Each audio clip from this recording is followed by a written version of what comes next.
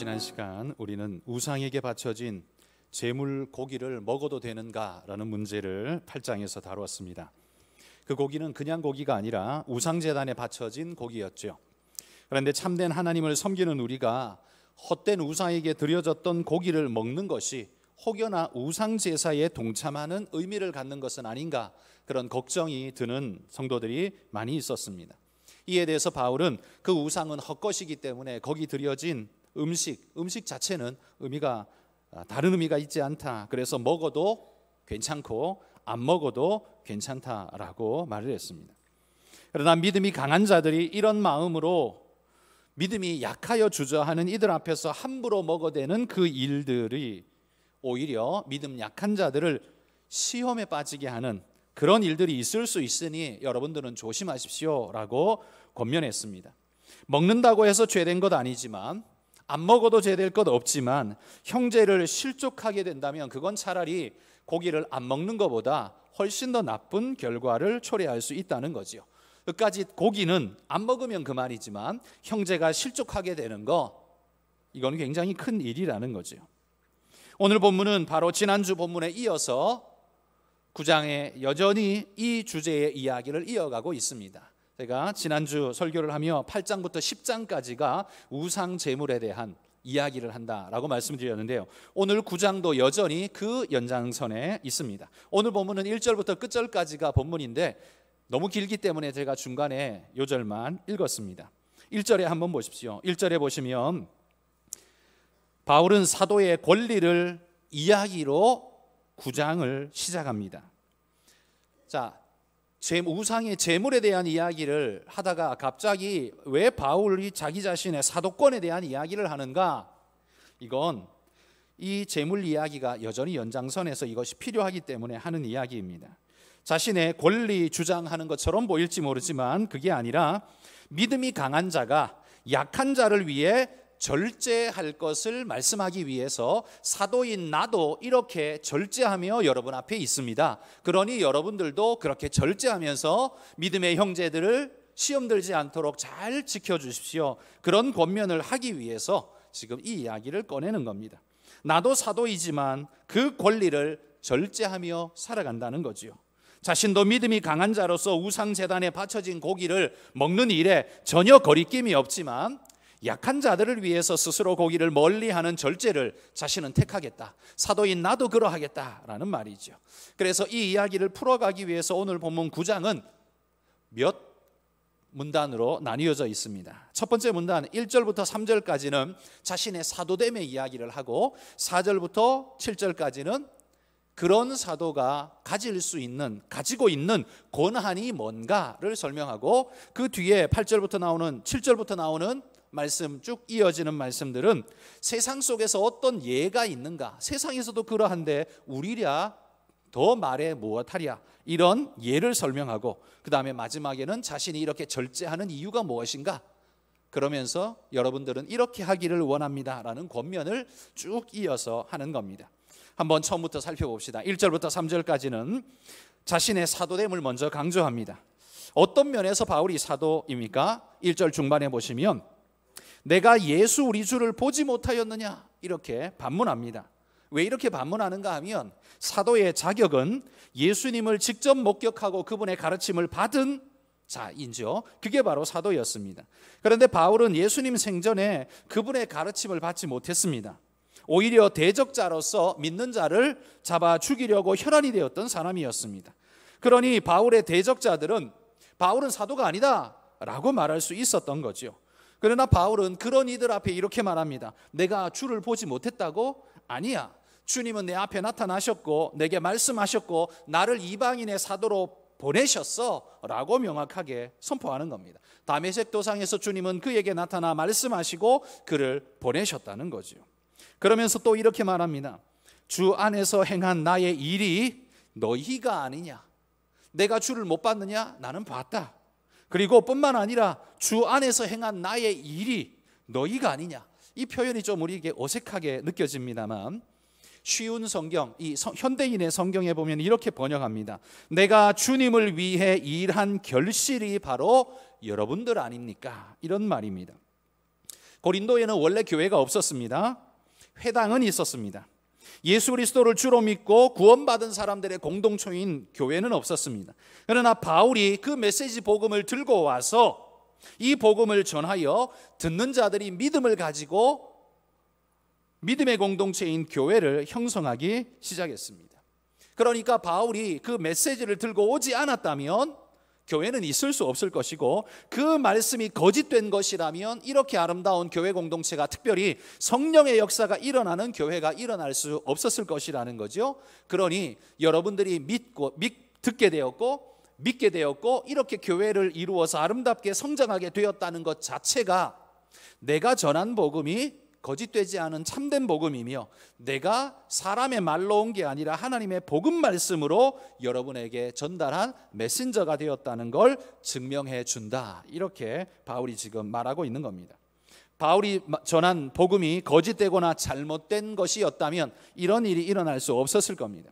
그래서 2절에서 또 이렇게 말합니다. 다른 사람들에게는 내가 사도가 아닐지라도 너희에게는 사도리. 다른 사람들은 이것저것 따지면서 내가 사도가 아니다라고 말할 수 있을지 몰라도 여러분은 어떻습니까? 내가 전한 말씀을 들었고 그 말씀이 거짓되지 않았으며 또 그 말씀 속에 성령이 역사하는 은혜를 경험하면서 여러분들은 진실로 하나님의 은혜의 역사를 경험하지 않았습니까? 그러니 여러분들이야말로 내가 사도된다라는 사실, 하나님이 보내어서 온 존재라는 사실을 거부할 수 없는 증거가 바로 여러분 아닙니까? 이렇게 지금 바울이 말하고 있는 겁니다. 여러분, 이것이 부정된다면 어떤 일이 주어지게 될까요?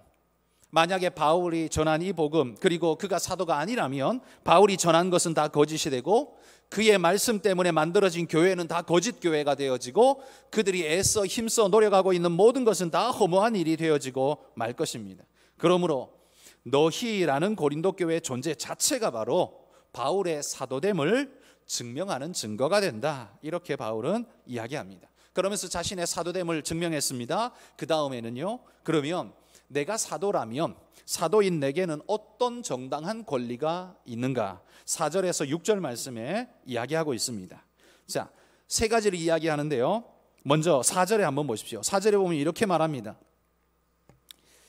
우리가 먹고 마실 권리가 없겠느냐? 이렇게 말하죠. 먹고 마실 권리. 이건 그냥 집에서 먹고 마신다는 소리가 아니라요, 믿음이 강한 자로서 우상에게 바쳐졌던 고기를 먹을 권리가 사도인 내게는 없겠는가? 지금 이 말을 하는 겁니다. 당연히 있죠. 그런데 그는 형제가 실족해 된다면 나는 내게 권리가 있지만 나는 그걸 포기하겠다. 지금 그 말을 하고 있는 겁니다. 권리가 없는 게 아니라 사도인 내게는 그런 권리가 분명히 있지만 형제가 실족하게 된다면 나는 그 일을 하지 않겠습니다. 두 번째는 5절입니다. 5절에 이렇게 말해요. 우리가 다른 사도들과 주의 형제들과 게바와 같이 믿음의 자매된 아내를 데리고 다닐 권리가 없겠느냐?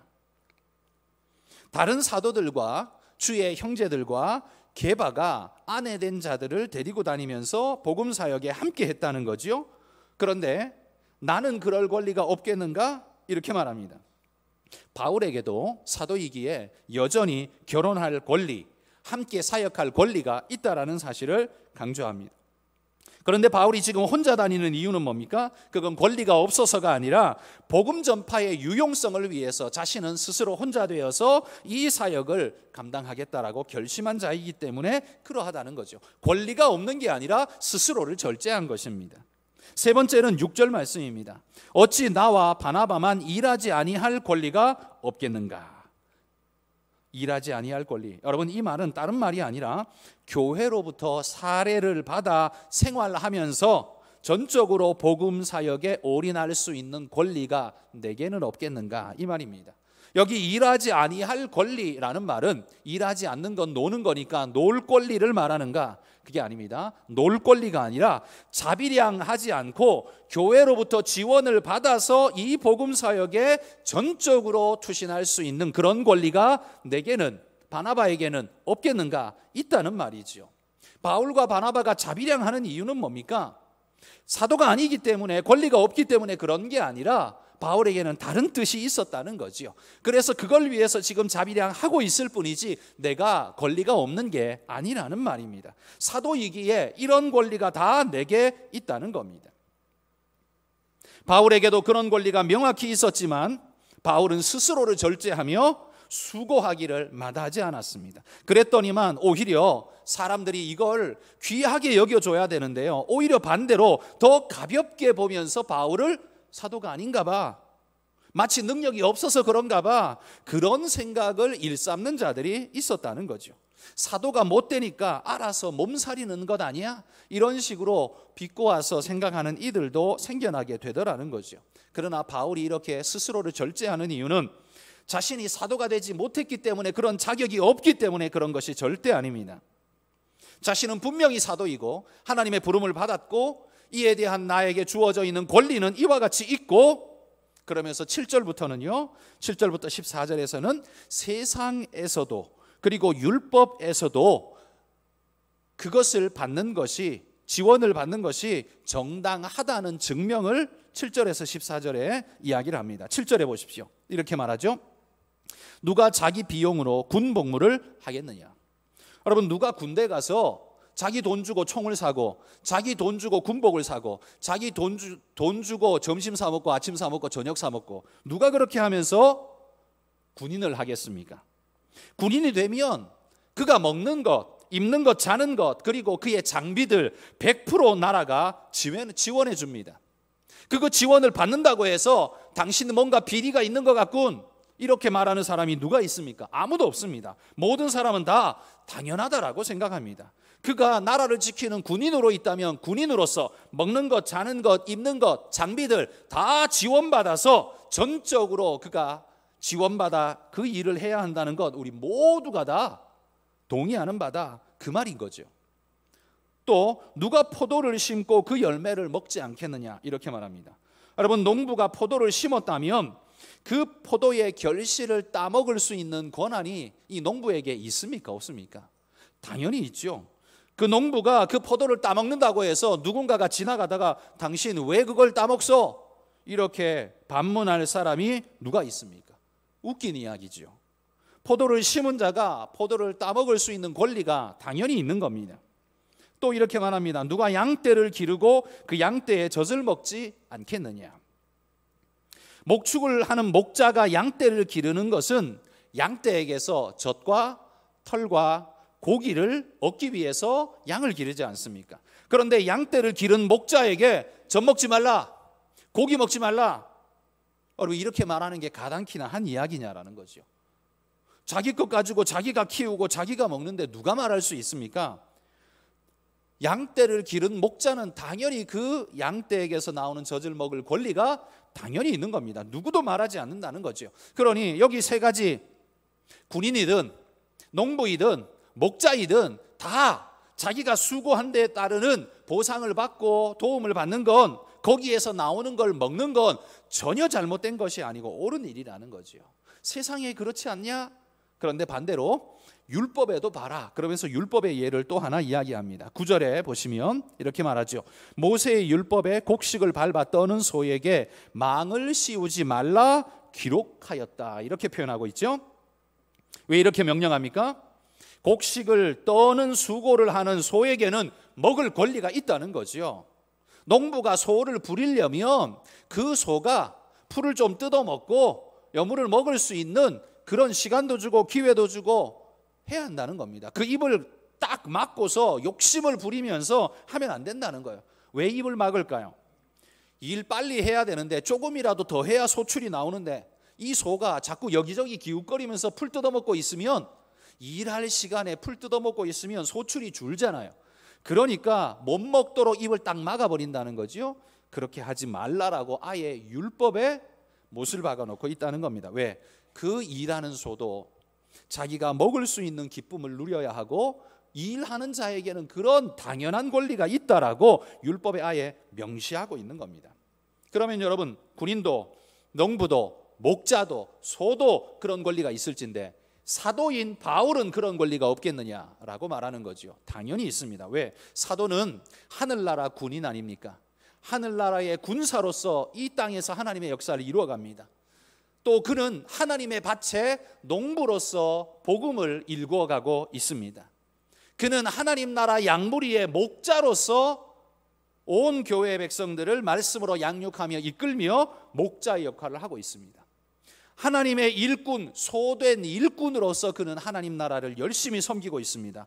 군인, 농부, 목자, 소, 그들에게 먹을 권리가 있다면, 제공받을 권리가 있다면 목자인 사도인 바울에게 당연히 그런 권리가 있지 않느냐라는 말이죠. 누구도 반문할 수 없는 명백한 권리입니다. 그럼에도 불구하고 바울은 여기까지 자신에게 권리가 있다는 사실을 입증해 놓고 그 다음에 자신이 하고 싶은 진짜 중요한 이야기를 합니다. 바울이 이런 권리를 주장하지 않는데, 나는 지금 그걸 강조하며 주장하지 않는데, 이유가 뭐냐? 그건 권리가 없기 때문에 내가 그걸 하지 않는 게 아니라, 권리는 명백하게 있지만 더 큰 목적을 위해서 나는 절제하는 것이다, 이렇게 말하는 겁니다. 15절을 보십시오. 15절에 이렇게 시작합니다. 그러나 내가 이것을 하나도 쓰지 아니하였고, 쓰지 않았다고 말합니다. 자신이 고린도에서 사역하면서 자신에게 마땅히 있는 권한을 쓰지 않았다고 말하죠. 그건 사도가 아니기 때문에 쓰지 않은 게 아니라, 권한이 없기 때문에 못 쓴 게 아니라, 명백한 사도이며 권한이 있지만 나는 하나님을 위한 특별한 목적을 위해서 스스로 절제했다, 이렇게 말하는 겁니다. 자, 그러면 여기에서 진짜 바울이 말하고 싶은 것, 그가 권한이 있음에도 불구하고, 사도임에도 불구하고 그 모든 권한을 스스로 절제한 이유가 뭔가라는 거지요. 오늘 본문에서 그는 4가지로 자신이 절제하는 이유를 설명합니다. 첫 번째는 12절 말씀인데요. 여러분 12절 같이 읽어봅시다. 시작. 다른 이들도 너희에게 이런 권리를 가졌거든 하물며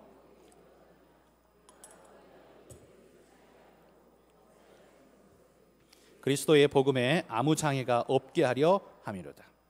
여기 말씀해 보십시오. 그러나 우리가 이 권리를 쓰지 아니하고 범사에 참는 것은 무엇 때문이라고요?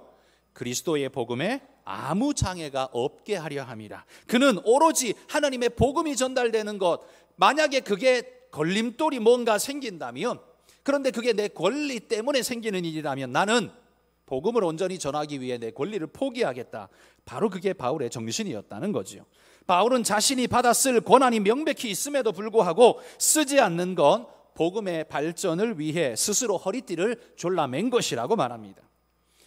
연약한 교회를 위해서 재정적으로든 권리적으로든 얼마든지 할 수 있는 것도 그는 스스로 참고 인내했습니다.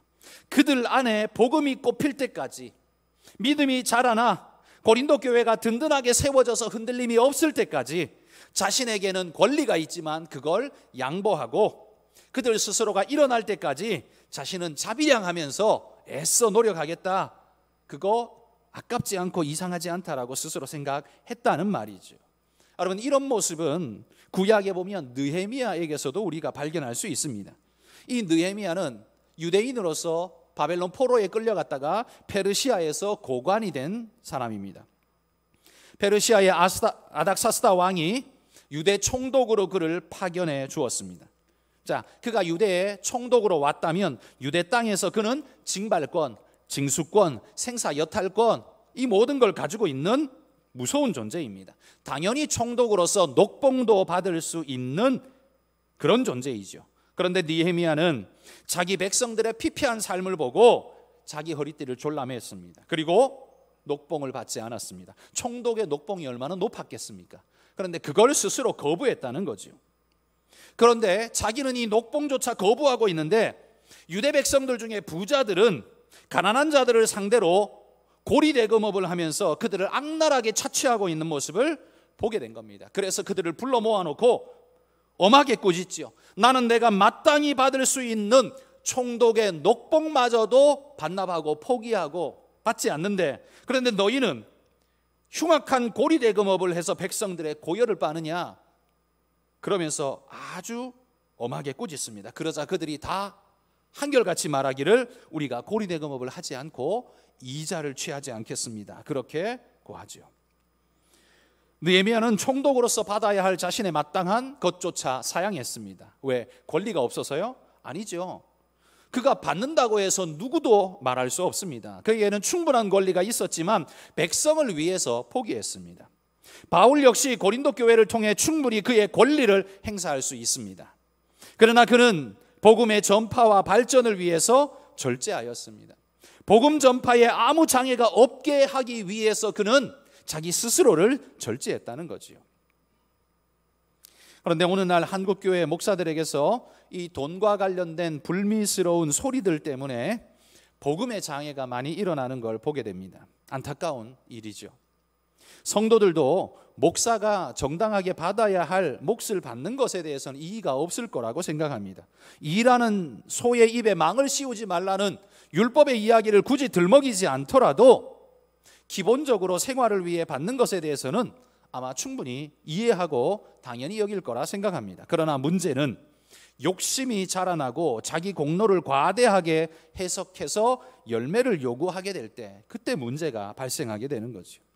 우리는 모두 이런 일 때문에 안타깝습니다. 복음의 장애가 일어나는 것 때문에 우리는 아파하고 있습니다. 돈 얼마를 잃는 것보다 훨씬 큰 손실이 복음의 장애가 일어나는 것 아닙니까? 권리를 주장하다가 복음의 장애를 일으키는 것은 결코 우리가 사도 바울의 후예로서 하나님의 복음 일꾼으로서의 건강한 사역을 하고 있다라고 말할 수 없는 부끄러운 모습이죠. 오늘 사도 바울은 자신에게 있는 마땅한 권리까지 포기했습니다. 고린도 교회가 어떤 면에서는 좀 너무하네.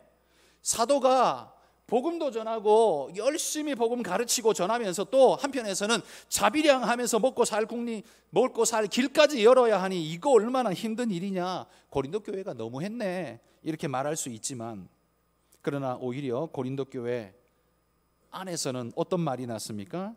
그가 사도가 아니기 때문에 자격이 없어. 뭐 이런 어처구니 없는 소리까지 떠돌게 된 겁니다. 바울이 그 말을 들을 때 얼마나 힘들었을까요? 자기는 교회를 위해서 모든 걸 희생하고 자비량하면서 헌신하고 충성하고 있는데 오히려 그런 자기를 업수히 여기면서 가볍게 여기면서 사도가 아니기 때문에 자격이 없어. 그런 말들로 바울의 마음에 상처를 줄 때 너무너무 힘들었을 겁니다. 그러나 바울은 그것 때문에 주저앉지 않았습니다. 오히려 여전히 그는 받아야 할 마땅한 권리를 내려놓고 무엇 때문에요? 복음 때문에요. 그러면서 복음의 길을 여전히 묵묵히 걸어갔다는 사실입니다. 이것이 바울이 지금 스스로에게 권리가 없는 게 아니라 있음에도 불구하고 취하지 않는 이유입니다. 두 번째는 16절에 보면 상반부에 이렇게 말합니다. 내가 복음을 전할지라도 자랑할 것이 없음은 내가 부득불할 일입니다. 내가 권리가 있음에도 불구하고 내 스스로가 절제하는 첫 번째 이유가 뭐라고 했습니까? 복음의 장애가 일어나지 않도록 하기 위해서, 복음을 위해서 자기를 절제했습니다. 두 번째는요, 부득불할 일이기 때문이다. 이렇게 말합니다. 여러분, 부득불할 일이라는 말이 뭡니까? 반드시 해야 할 일이라는 거죠. 어떤 조건을 붙인다 해도 혹은 조건이 충족되지 못한다 해도 상관없이 내가 해야만 하는 일, 그게 바로 이거라는 거죠. 자신이 복음 때문에 스스로를 절제하고 애를 써서 노력한다 할지라도 그건 내가 해야만 하는 일이기 때문에 그렇습니다 라는 겁니다. 왜요? 왜냐하면 그건 그들의 필요 때문이 아니라 주님의 명령 때문이지요. 내가 이렇게 했는데 당신들이 내게 주어야 할 것을 마땅히 주지 않았습니다. 이건 나하고 그 사람들, 사람 간의 관계에서만 볼 때는 그럴 수 있습니다. 그렇게 말한다고 해서 바울이 틀렸다라고 말할 수도 없습니다. 그러나 지금 바울이 두 번째로 제시한 이유가 뭐냐 하면, 당신이 내게 잘하든 잘못하든 상관없이 내가 이 일을 해야만 하는 이유는 당신에게 있는 게 아니라 하나님께 있다는 거죠. 왜? 하나님이 내게 그걸 명령했기 때문에. 그렇기 때문에 당신이 내게 정당한 무언가를 하지 않는다 할지라도 그건 그들의 잘못이죠. 그럼에도 불구하고 내가 이걸 쭉 해야만 하는 이유는 주님의 명령 때문이라는 거예요. 고린도 성도들이 사도 바울을 챙겨줘야 하는 것은 당연하지만 챙겨주지 못한다 할지라도 내가 할 수밖에 없는 이유는 주님의 명령 때문이에요. 그래서 17절 끝에 보면 이렇게 표현합니다. 나는 사명을 받았노라. 그에게는 주님께서 명한 사명이 있음을 자각하고 있기에 고린도 교회 성도들이 챙겨주든 아니든 상관없이 해야 할 일을 나는 묵묵히 할 거라고 말합니다. 내가 하는 이유는 대우 때문이 아니라 사명 때문이라고 말하는 거죠. 우리가 주의 복음과 주의 교회를 섬겨야 하는 이유가 뭡니까? 그건 나를 알아주기 때문도 아니고 챙겨주기 때문도 아니고 사명 때문입니다. 내가 가는 이 길은 나의 길이 아니라 주의 길이기 때문에 내 기분, 내 여건, 내 의지와 상관없이 주의 길을 갈 수 있는 마음의 자세를 잡는 것이 예수의 제자다운 삶이라는 말이죠. 그래서 베드로전서 2장 19절에 보면요, 사도 베드로는 이런 상황에 처한, 억울하고 힘겨움에 처한 믿음의 사람들에게 이렇게 권면합니다. 개역 개정판보다 개역 한글판이 훨씬 느낌이 있어서 제가 한글판으로 준비했습니다. 같이 한번 읽어봅시다. 애매히 고난을 받아도 하나님을 생각함으로 슬픔을 참으면 이는 아름다우나. 애매히 고난받는다, 억울하게 이유 없이 그런 고난이 주어진다 할지라도 참으라고 권면합니다. 나는 절제하는데 교회가 알아주지 않습니까? 애매히 고난을 받아도 하나님을 생각함으로 참으면 하나님은 반드시 알아주시고 갚아주실 거라고 약속하고 있습니다. 여러분, 세상 사람들은 절대 참지 않죠. 왜냐하면 하나님이 갚아줄 걸 믿지 못하기 때문이고 믿지 않기 때문입니다. 반드시 내가 그걸 받아야만 되는 것이기 때문에 세상 사람은 그렇습니다. 그러나 그리스도인은 어떻습니까? 그리스도인은 하나님이 혹 그런 일이 일어난다 할지라도, 그래서 받아야 하는데 못 받는 억울한 일이 혹 생겨난다 할지라도 하나님께서 채워주시는 은혜가, 반드시 갚아주시는 은혜가 있을 거라는 걸 우리는 하나님을 믿습니다. 그런 하나님을 믿습니다. 그게 꼭 돈이든 무엇이든 1대1로가 아니라 다른 어떤 특별한 은혜로라도 하나님은 우리를 갚으실 수 있다는 사실, 우리는 그 하나님을 믿는 것이죠. 그러기에 오늘을 이겨낼 수 있는 힘이 있는 겁니다. 여러분, 혹시 여러분이 억울한 일 당한 게 아니라 반대로 뭔가를 값을 줬는데요, 보통 줘야 하는 값보다도 좀 더 줘버렸다, 그런 때 있죠. 예를 들어 100원 줘야 되는데 130원을 줘버렸어요. 그럴 때가 있겠죠. 그리고 그냥 지나가 버렸습니다. 그래서 되게 억울합니다, 나중에 생각하니. 그렇지만 그런 때에도 오늘 이 말씀을 기억하십시오. 베드로전서 2장 19절의 말씀을 기억하면서 내가 억울한 일 당할 때에도 하나님을 생각하고 참으면 하나님이 아름답게 보신다고 말한 것처럼, 내가 누군가에게 좀 과도하게 은혜를 베푼 일이 있다면, 그래 좀 억울한 마음이 든다면 이런 생각을 해보십시오. 하나님께서 저 사람이 과거에 애매히 고난당한 그것을 오늘 이 사건을 통해서 하나님이 좀 더 은혜로 갚으시려나 보다. 여러분, 그런 마음을 우리가 가질 수 있다면 그에게 뭔가 조금 더 행한 나의 것이 아깝다기보다는 하나님 역사에 동참한 일이 되었구나라는 생각으로 여러분, 우리는 넉넉히 그것을 이겨낼 수 있게 될 것입니다. 그리고 그런 선한 마음과 아름다운 마음을 품는 사람에게 하나님께서 또 어떤 은혜로 갚으실지는 여러분, 우리가 충분히 상상이 가지 않습니까? 우리는 하나님이 없는 사람처럼 행하면 안 되고 하나님이 이 모든 일까지 엮어가고 계신다는 걸 믿고 살아가셔야 합니다. 그게 신앙입니다. 우리가 주님의 몸된 교회를 섬길 때, 복음의 사역을 할 때 그 어떤 일을 한다 할지라도 그가 내게 합당한 대우를 하든 안 하든 이건 하나님께서 내게 주신 명령, 부득불해야 할 명령이라 그렇게 믿는다면 여러분에게는 하나님이 갚아주시는 은혜의 축복이 무한하게 있을 줄 믿습니다. 바울은 자기 스스로가 고난이 있지만 내가 그걸 절제하는 이유, 첫 번째가 뭐라고 했어요? 12절에 한 것처럼 복음의 장애가 없게 하려고, 두 번째가 부득불해야 할 일이기 때문에, 세 번째는 16절 하반절에 이렇게 말합니다. 만일 복음을 전하지 아니하면 내게 화가 있을 것이라. 그들이 내게 대가 지불을 잘하든 아니하든 나로서는 이 사명 받은 이 복음을 전하지 않으면 뭐가 내게 온다고요? 화가 온다고요. 이 화가 뭘까요? 하나님의 진노, 징계, 징벌, 우리 이렇게 생각할 수가 있습니다만, 여러분, 하나님 일 하다가 조금 미비했다고 하나님이 막 하늘에서 번개 때리고 막 그러시겠습니까? 하나님이 막 지옥 보내고 그러시겠습니까? 그게 아닙니다. 하나님이 악한 포주같이 굴기 때문에 여기 화를 이야기하는 게 아니라 하나님의 축복의 역사에 동참하지 못하는 것조차 바울은 화로 여기고 있는 겁니다. 예를 들어서 이렇게 한번 생각해 봅시다. 이건 사실이 아니고 제가 꾸며낸 이야기입니다. 자, 2002년 월드컵에서요, 한국 대표팀이 발탁되지 않습니까? 그런데 대표팀이 발탁되기 전에 아주 훌륭한 기량을 가지고 있는 축구선수 A라는 사람이 있다고 칩시다. 이 사람은 누가 봐도 국가대표로 뽑혀야만 할 아주 뛰어난 선수입니다. 그런데 이 사람이 대표팀을 선발하는 이 과정에 발목이 부러져 버렸습니다. 골절이 돼 버렸어요. 이 골절이 돼 버리면 축구를 어떻게 합니까? 월드컵 나갈 수가 없죠. 그러니까 이 선수가 깁스를 하고 TV로만 월드컵을 볼 수밖에 없죠. 하나하나 이겨나갑니다. 그리고 결국 4강에까지 올라갑니다. 이 선수는 그 광경을 지켜보면서 4강의 감격을 마음으로 흠뻑 느끼겠죠. 한편에서는 얼마나 기쁘고 감사하겠습니까? 그런데 또 한편에는 어떤 마음이 있을까요? 내가 저기 있어야 되는데, 내가 저기 함께 뛰었어야 되는데, 내가 이렇게 했었어야 하는데, 이런 마음이 얼마나 아쉽게 들었을까요? 그러니 여러분, 여기 바울이 화라고 말하는 게 바로 이런 겁니다. 하나님이 저주하고 매를 드시기 때문에 화가 아니라요, 하나님의 은혜의 자리에, 그 영광스러운 자리에 내가 함께 해야 되는데 거기에 함께 할 수 없는 것 자체가 있다면 화이고, 그 자리에 참여하는데 기쁨으로 해야 되는데 부끄러움으로 얼굴을 숙이고 있어야 한다면 그것이 화이죠. 여러분, 하나님의 책망이 없는 건 아닙니다. 요나처럼 책망받을 수 있습니다. 그러나 여러분, 하나님이 우리가 일을 좀 못했다고 해서 늘 요나처럼 하진 않습니다. 요나에게 행한 것도 징벌이 아니라 깨우치기 위한 방편일 뿐이었죠. 부상으로 낙마한 선수처럼 그 영광된 자리에 함께하지 못하는 것 자체가 화라는 거예요.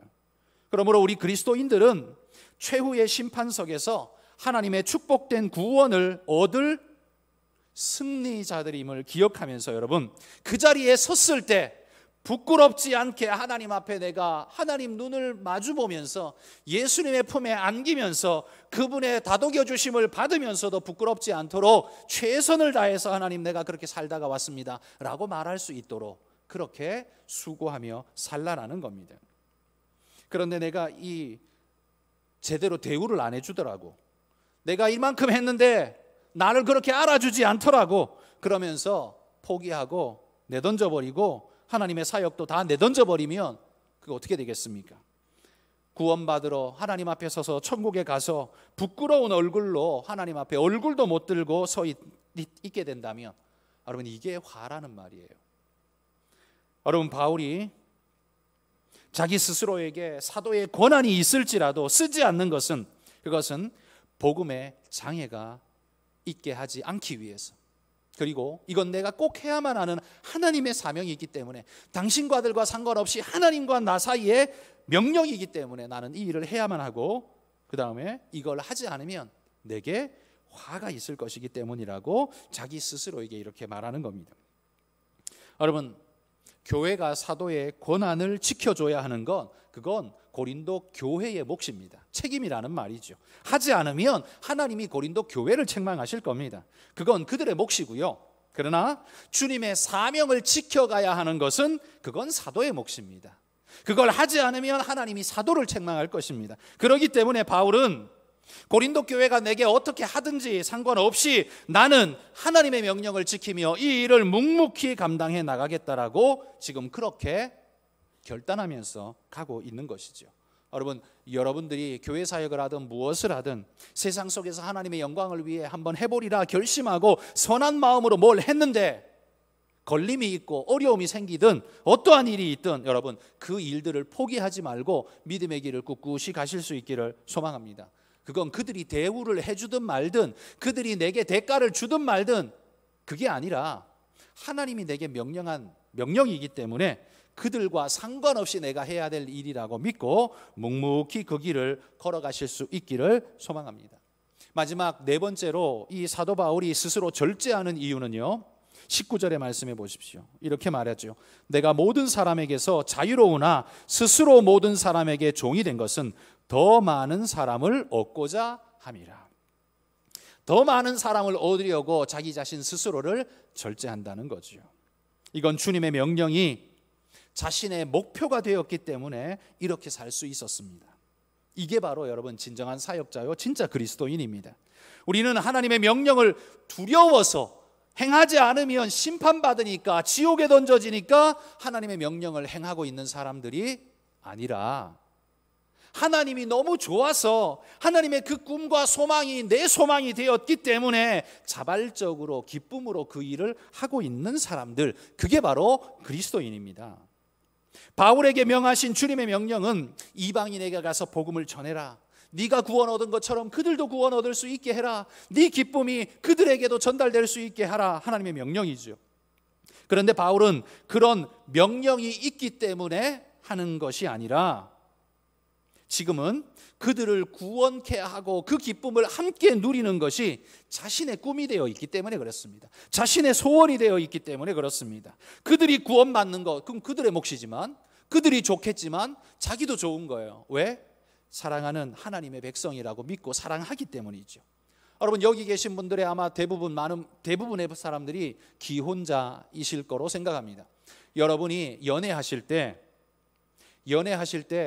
그 연애하는 당사자에게 사랑하는 마음으로 뭔가를 해줄 때, 뭘 해달라고 할 때만 하셨습니까? 아니죠. 해주고 싶어서 뭐든지 합니다. 요만한 걸 사줘도 되는데 사랑하기 때문에 더 비싼 것도 사주고요. 한 번만 사줘도 되는데 사랑하기 때문에 여러 번 사주고요. 그런데 그거에 대해서 아까워해 보신 적 있습니까? 아깝지 않습니다. 그 사람을 위해 쓰는 것이 아깝지 않고 그 사람을 위해 내가 시간 내는 것이 아깝지 않습니다. 왜요? 사랑하기 때문이지요. 그래서 그것이 내 소망이 되었기 때문이죠. 여러분, 우리가 주님을 사랑하고 하나님을 사랑하면 하나님의 꿈이 내 꿈이 되고 하나님의 비전이 내 비전이 됩니다. 그때부터는 하나님이 시켜서 하는 게 아니라 하나님이 좋아서, 이것이 내 꿈이기 때문에, 이것이 내 소망이기 때문에 그 일을 하는 겁니다. 그 사람들이 내게 뭔가 대가를 주든 않든 상관없이 그것이 내 소망이기 때문에 그 일을 할 수 있는 것이 된 것이라는 말이죠. 바울이 지금 하고 있는 이 사역이 그렇다는 겁니다. 하나님이 꿈꾸는 그 꿈이 자기 꿈이 되었더니만, 사랑하는 주님이 원하시는 것이라면 뭐든지 내가 원하고 나는 기뻐한다, 그러면서 자신의 목숨까지 들여 이 일을 하고 있는 겁니다. 여러분, 주님을 위해서 우리가 마지못해 억지로 하는 것도 저는 귀한 일이라고 생각합니다. 남들은요 그것조차 안 하거든요. 그러니까 그것도 귀한 일이라고 생각합니다. 그러나 그거보다 더 귀한 일은 뭐겠습니까? 억지로라는 단어가 내게 없는 겁니다. 주를 위해 하는 것에 억지로라는 단어가 내게 설 자리가 없는 겁니다. 왜? 그게 내 기쁨이니까요. 그게 내 소망이니까요. 그게 내 비전이니까요. 그렇기 때문에 100% 자발적으로 될 수 있고, 혹시나 손해가 오고 내가 비용을 들이고 내 몸이 피곤해진다 할지라도 그거 오히려 기쁨이 되는 겁니다. 그럴 수 있는 건 사랑 때문이죠. 이게 진짜 사명자 아니겠습니까? 여러분 모두가 이런 바울의 마음을 함께 공유하고 가지고 있는 그런 진짜 믿음의 사역자들이 되시기를 소망합니다. 바울은 자신에게 권리가 있지만 내가 그 권리를 쓰지 않는 이유는 네 가지다라고 말했습니다. 첫 번째 뭐였습니까?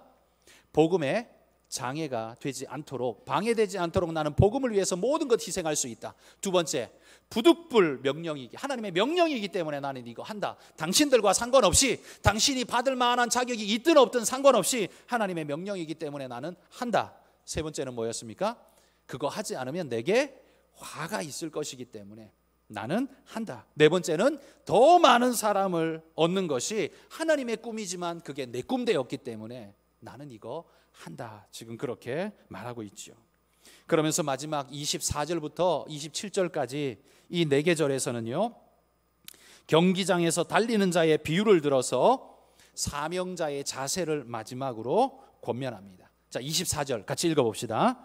운동장에서 다름질하는 자들이 다 달릴지라도 오직 상을,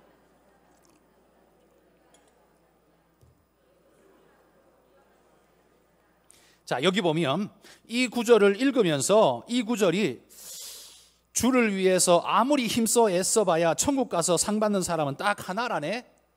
혹시 이렇게 생각하는 사람이 있으십니까? 아무도 아마 이렇게 생각하지 않으실 거라고 생각합니다. 이 말은 그런 말이 아닙니다. 하나님을 위해 충성할 때 사명자의 사역 자세가 어떠해야 하는가를 설명하는 거예요.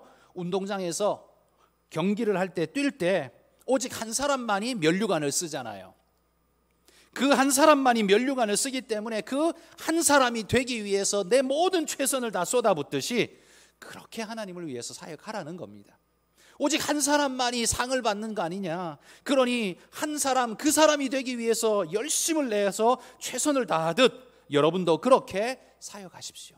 천국에는 한 사람만 상 받는 게 아닙니다. 모두가 상 받는데 이 땅을 살 때 그리스도인은 어떤 자세로 살아야 하는가? 그건 마치 한 사람만이 면류관을 받는 것처럼 내가 그 사람 되기 위해 주님 위해 충성을 다하겠습니다. 그렇게 달리는 사람처럼 살라라는 거예요. 최선이 우리의 자세라고 말하는 겁니다. 두 번째 25절 읽어봅시다.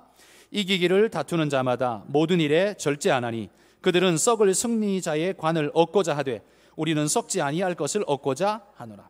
이기기를 다투는 자마다 모든 일에 절제합니다. 그렇죠? 당연합니다.